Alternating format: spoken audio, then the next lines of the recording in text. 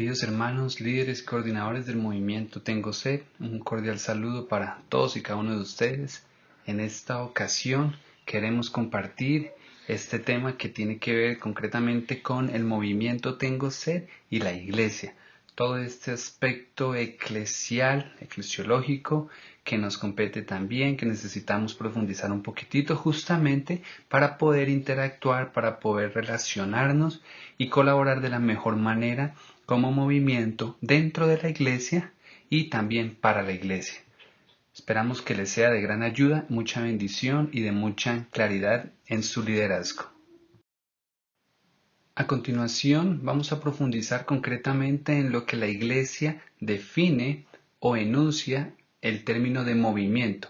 Vamos a empezar de un término general y después lo vamos a particularizar un poco más y vamos a ingresar mucho más en nuestra propia identidad como movimiento dentro de la iglesia.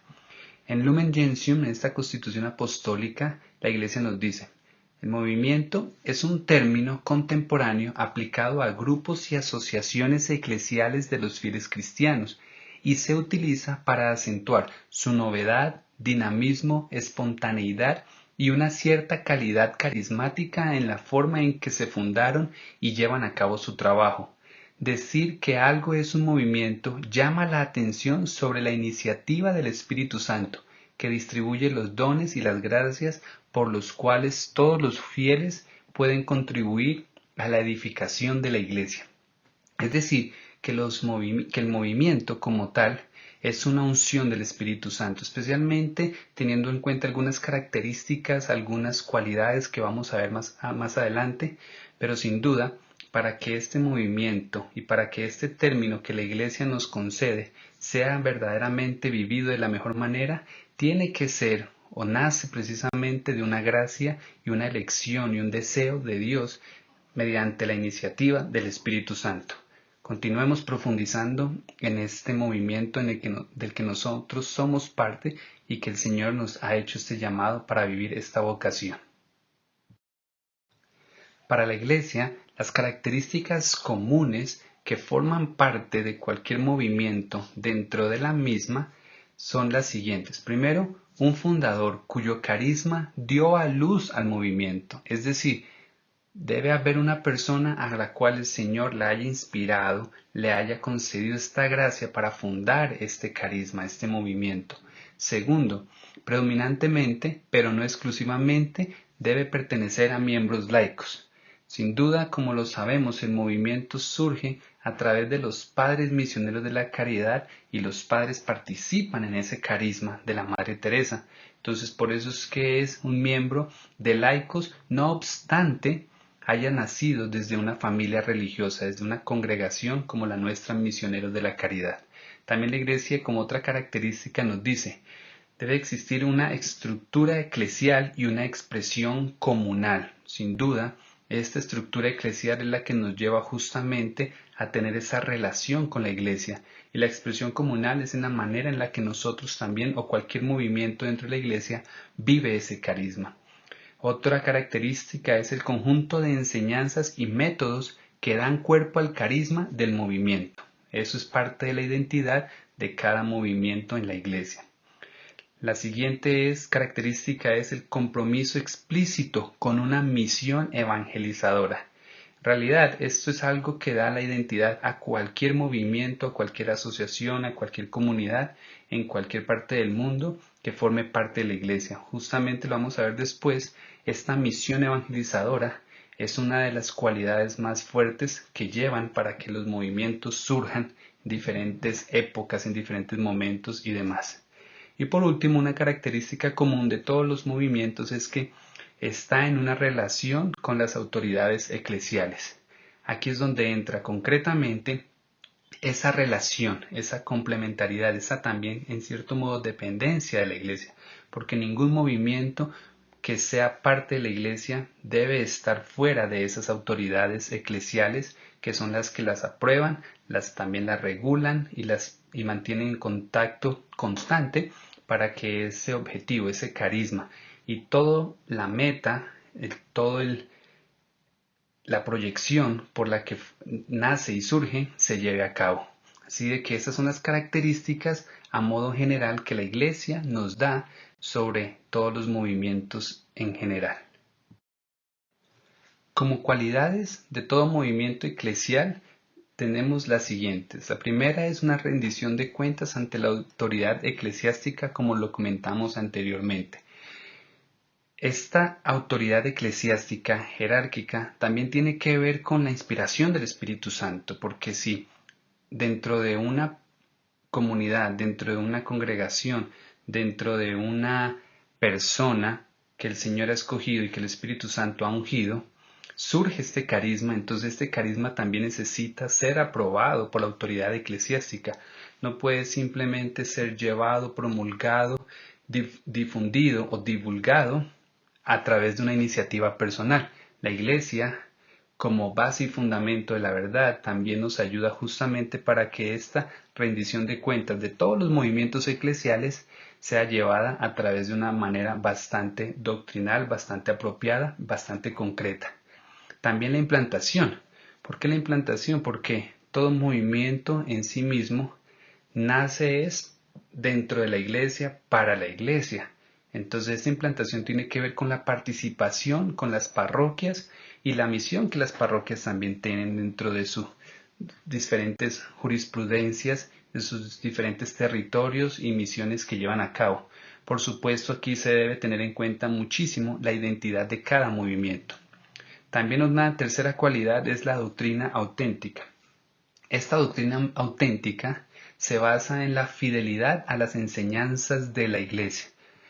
Cualquier movimiento dentro de la Iglesia está llamado, está ungido dentro del Espíritu Santo y por el Espíritu Santo a vivir esta fidelidad de las enseñanzas de la Iglesia, y no está o no ha sido creado, no debe ser creado justamente para entrar en conflicto y en lugar de complementarla, en lugar de hacer crecer el cuerpo de Cristo, lo vaya a empañar con alguna u otro tipo de enseñanza o doctrina que no sea acorde a la de la misma iglesia. Como cuarta cualidad tenemos la complementariedad. Esto es el contacto con otros movimientos eclesiales, porque sin duda el Espíritu Santo se mueve en diferentes lugares de la manera en la que Él mejor lo desee, como sea la voluntad de Dios, y estos movimientos eclesiales de los que nosotros estamos hablando también forman parte de esa complementariedad en el cuerpo de Cristo. Al igual que nuestro propio movimiento, es una parte de todo el misterio, de la misión de evangelización, del objetivo, del misterio de la iglesia, del misterio de Dios, que nosotros también queremos vivir en complementariedad con otros movimientos que también forman parte de este cuerpo, y nos nutrimos, nos acompañamos, aprendemos, nos formamos unos con otros también, cada uno de acuerdo a su propio carisma, espiritualidad e identidad. La quinta cualidad tiene que ver con la participación social. Es decir, los movimientos, especialmente a los que nos estamos refiriendo, los que la Iglesia nos hace referencia como movimientos para laicos, deben tener esa presencia en la sociedad y un compromiso con las obras de caridad y justicia. Como movimientos, especialmente como lo estamos viviendo en la contemporaneidad de nuestra cultura, de nuestro espacio, de nuestro entorno, no podemos simplemente, o estamos invitados a no simplemente alejarnos de la sociedad, sino al contrario, participar de lleno en ella, transformar la sociedad, comprometernos con ella, y por supuesto esto a través de la caridad, de la justicia, del testimonio que cada movimiento en su carisma, en su espiritualidad, puede aportar, porque sin duda la última cualidad, que es la de la santidad, estamos justamente llamados para eso, a ser un instrumento de santidad e inspiración para todos los fieles y los que no son fieles de la Iglesia. Por eso, estas cualidades que todo movimiento eclesial vive, que está llamado a mostrar, a vivir, a ejemplificar, pues es algo que para nosotros también nos hace mucho ahínco y nos llama mucho para poder vivirlo de la mejor manera. Todo con el único fin de ser parte de esta vocación que el Señor nos ha llamado a vivir de la mejor manera y, por supuesto, saciar la sed del Señor por amor y por almas. Dentro de la relación con la diócesis y con las arquidiócesis en las que los diferentes movimientos se encuentran, un aspecto importante es los aportes a la nueva evangelización. Como lo mencionábamos antes, los movimientos que surgen dentro de la Iglesia no están aislados, no son independientes de la Iglesia, al contrario, están para aportarle a la nueva evangelización, a esta evangelización de todas las almas que la Iglesia misma siempre ha tenido desde sus principios.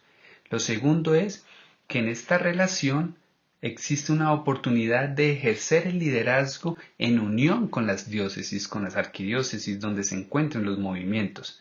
Esto nos lleva justamente a compartir y recibir esa formación. Nosotros estamos en todo el derecho y tenemos muchas oportunidades para compartir la formación que se tiene dentro de cada movimiento, especialmente el nuestro, y de recibir la formación también que la diócesis y la arquidiócesis nos puedan brindar dentro de los lugares donde nos encontramos.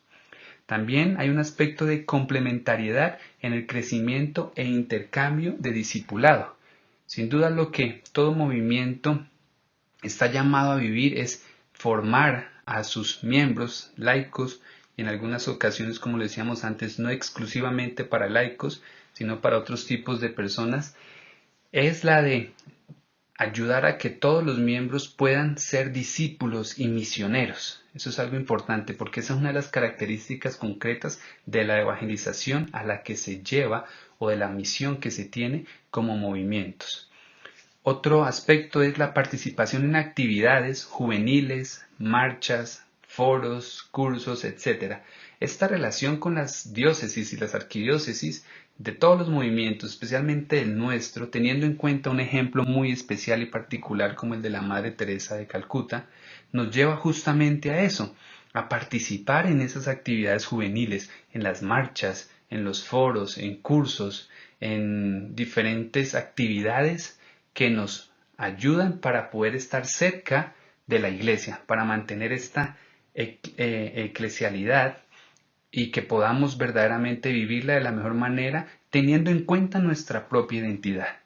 Y ese es el último aspecto que queremos enfatizar, el aspecto de preservar nuestra identidad y nuestra unidad, y no que por estar recibiendo formación siendo o teniendo esta complementariedad con las diócesis y las arquidiócesis, aportando y recibiendo aportes de la nueva organización, compartiendo y recibiendo aspectos de liderazgo y demás actividades, descuidemos un poco nuestra identidad. Todo lo contrario, cada movimiento tiene su propio carisma, cada movimiento tiene su propia espiritualidad, cada movimiento tiene su propia identidad y unidad, tiene su propia manera de vivir esa evangelización a la que ha sido llamado.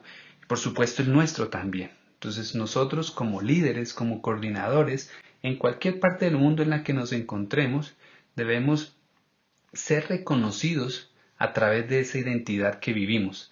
Porque la identidad del movimiento, especialmente del nuestro, del movimiento Tengo Sed, es la misma, así sea en Europa, así sea en América, en África, y eso es algo que nos va a dar esa unidad. No por eso significa que nos vamos a distanciar de la arquidiócesis, al contrario, cuanto más firme, cuanto más sólida, cuanto más cimentada, forjada esté esa identidad en cada uno de nosotros y en nuestros miembros del movimiento, eso va a ser un ejemplo justamente para la diócesis y para la arquidiócesis y para los demás movimientos. Cuando un movimiento no tiene claridad en esa identidad, entonces se va a ver un poco truncada la manera en la que se viva toda esa identidad en la nueva evangelización, en el apostolado, en la comunidad, en los encuentros y todo lo demás. He aquí donde surge, donde se fortalece cada vez más este llamado a preservar, a fortalecer nuestra identidad y unidad y poder para nosotros tener esta relación cada vez más clara, definida y por supuesto creciendo dentro de las diócesis y arquidiócesis donde nos encontremos.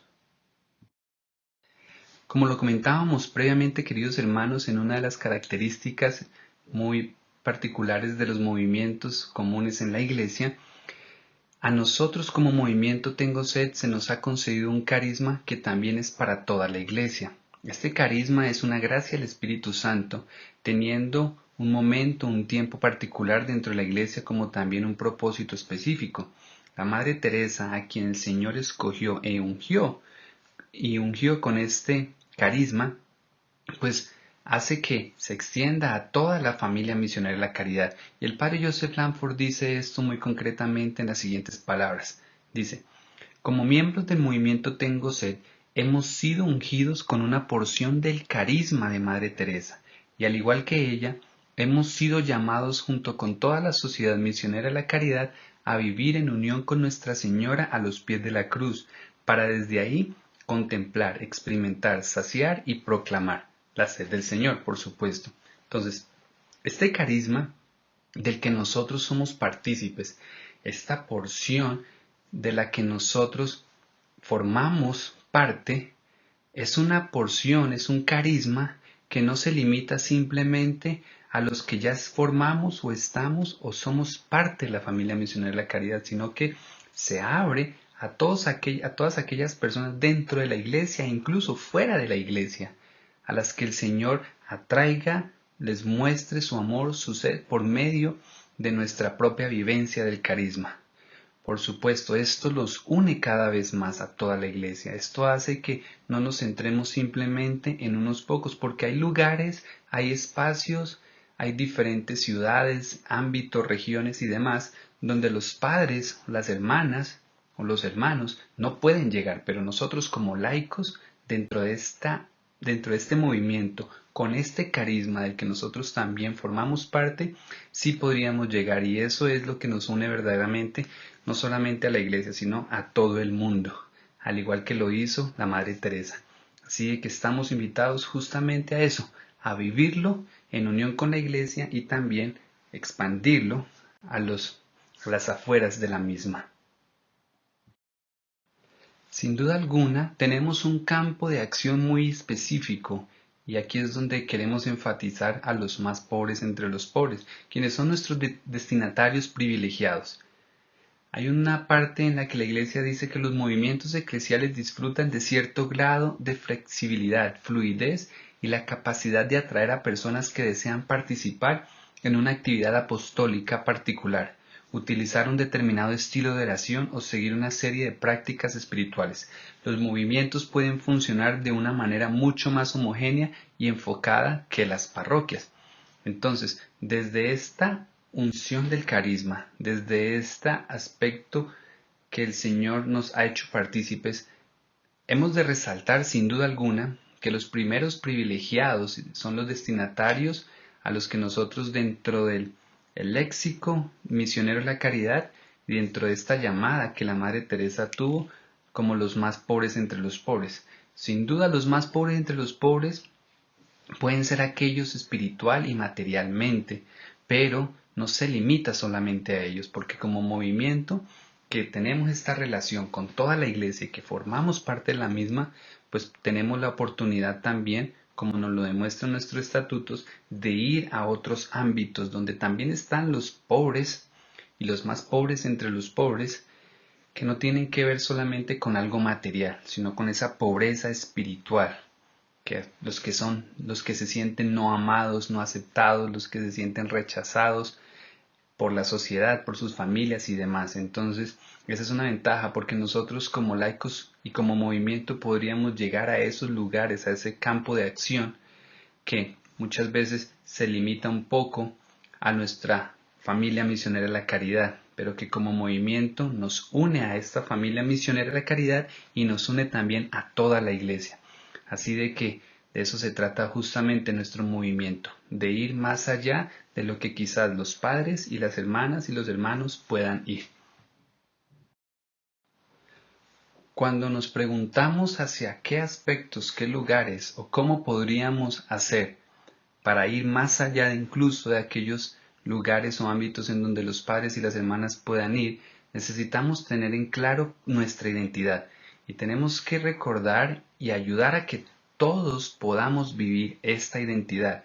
En principio, la identidad de tener ese encuentro con la sed de Jesús en la cruz, ese encuentro íntimo, personal, único, que transforma, que convierte, que cambia, que modifica incluso todo lo que sea mi forma de pensar, de actuar, porque ese encuentro con la sed del Señor desde la cruz y en la cruz es lo que me ayuda justamente para que esta identidad permanezca cada vez más cimentada, cada vez más enraizada y sólida, y no sea fácil moverme o cambiarla por otro tipo de identidad u otro tipo de encuentro que tenga que ver con otros movimientos o que tenga que ver con otras comunidades, etcétera, ¿verdad? Nuestra vocación y misión, que es la parte también esencial de esta identidad, tiene que ver justamente con eso. Nuestra vocación es saciar la sed del Señor y nuestra misión es proclamar esa sed del Señor que surge de nuestro encuentro. Ese encuentro es el que nos lleva justamente a profundizar en esta vocación y misión. Pero ¿cuál es nuestra misión como tal? Nuestra misión es la de la evangelización de acuerdo a cómo nosotros en el movimiento la vivimos. Nuestra evangelización Tengo Sed, que es una participación en la evangelización de los padres misioneros de la caridad. Por eso es que, aun cuando es una participación en esa evangelización Tengo Sed de los padres misioneros de la caridad, también es particular porque tiene su propio itinerario de formación y su propio avance, crecimiento y su propio modo de proceder un poco o mucho de acuerdo a cómo lo estemos viviendo, en diferencia al de los padres y al de las hermanas. Este itinerario, por supuesto, también se va profundizando cada vez más dentro del ciclo de comunidad, lo que nosotros llamamos la lección divina, el apostolado, la hora santa, el encuentro de fraternidad y demás. Todo esto, por supuesto, bajo nuestra devoción mariana, que es el Inmaculado Corazón de María, porque ahí es donde queremos vivir en cada instante y no permitirnos y orar para que permanezcamos siempre en el Inmaculado Corazón de la Santísima Virgen María. Con esta identidad que nosotros fortalezcamos y que cada vez meditemos, reflexionemos e interioricemos, es con la identidad que vamos a salir a relacionarnos con los demás grupos, demás movimientos, con los demás, con las parroquias, con las diócesis, con las arquidiócesis, porque esto es lo que vamos a compartir justamente, así como muchos otros movimientos también nos van a enriquecer a nosotros a través de su testimonio. Nosotros estamos llamados también a enriquecer a toda la Iglesia a través de la vivencia de esta identidad propia que el Señor nos ha concedido. Queridos hermanos, para ir concluyendo este tema de formación sobre la relación entre el movimiento y la Iglesia, queremos plasmar estas preguntas prácticas que nos van a ayudar justamente para poder desarrollar esta relación y lograr algunos objetivos que se nos presentan. Entonces la primera es, ¿cuándo damos a conocer nuestra presencia como movimiento a nivel parroquial y diocesano? Eso es muy importante porque en la medida en la que nosotros vayamos creciendo, pasando de un grupo Tengo Sed a una comunidad Tengo Sed, nosotros estamos invitados a presentarnos ante el párroco y decirle, mira padre, aquí estamos nosotros también, somos parte de la jurisprudencia de la parroquia, de la diócesis, queremos ponernos al servicio también de la parroquia y aquí estamos nosotros como comunidad, como movimiento para poder unirnos a la iglesia cada vez más. Ahí surge la inquietud sobre cómo hacemos esta presentación con los párrocos y con los obispos. ¿Qué hacemos en estos casos? Bueno, en primera instancia es llevar una carta que esté firmada, autorizada, sellada por parte de las oficinas generales del movimiento. Eso es algo que se invita para que se realice. Cuando se dificulta en cierto modo realizarla por parte de las oficinas, que normalmente no se ha dado, entonces se puede hacer como algo directamente de la comunidad, pero siempre la invitación está en que se haga directamente con las oficinas generales. También, además de la carta, se presentan o se llevan los estatutos de nuestro movimiento, es decir, la rúbrica, las reglas, todo lo que define, todo lo que muestra, todo lo que delimita nuestra identidad como movimiento Tengo Sed. Ahí también va a estar parte de la historia, de dónde surge, cómo surge, cuándo surge. Todo esto se presenta justamente a la parroquia para que el párroco o el obispo tengan conocimiento de lo que es el movimiento de una manera supremamente objetiva, de una manera profunda.